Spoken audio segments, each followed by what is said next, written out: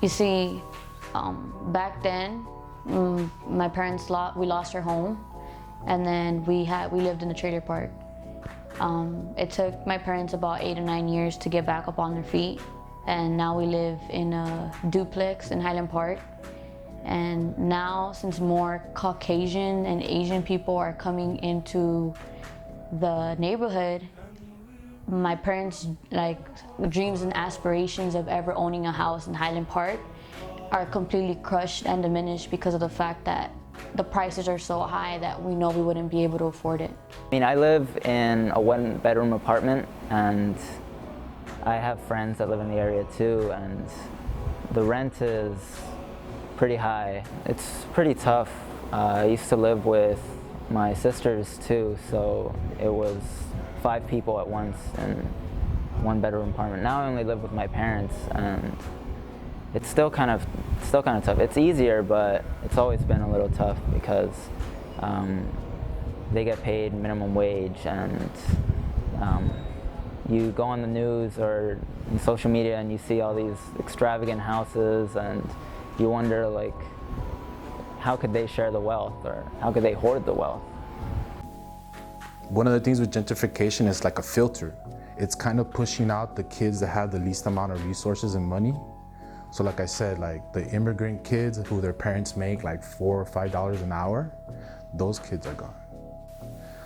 The working class kids, the working poor, the people that were kind of living check to check and barely making it and living in Highland Park, those kids are gone.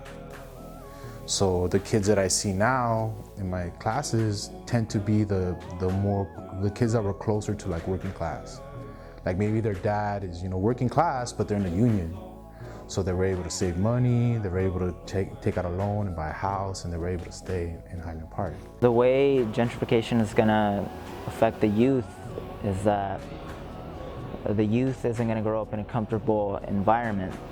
They're gonna see the flashy stores that they can't afford to go into, and they're gonna see a lot of people that don't look like them, and it's just gonna make it really uncomfortable. People tell me like, oh, we're making Highland Park more diverse because we're moving into here. Now there's people from different races moving in. And it's like, no, you're not. It's a bunch of middle-class people with money that are moving in. Some of the restrictions that gentrification has put on the community are economic restrictions. The opulence that follows gentrification usually increases property value, and places that are for rent, the rent gets a lot higher, and a lot of people can't afford to live where they live. For those people that are able to hang on, well, the property values are rising, so their property values are going up. But at the same time, my community that I care about, those that don't necessarily have my position, that I still wanted to live around and connect with and help out, they're suffering the most.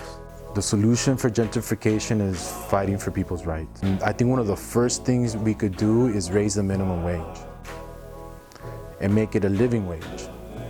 Pay people who work full-time enough to be able to support themselves. I'm not free until we're all free.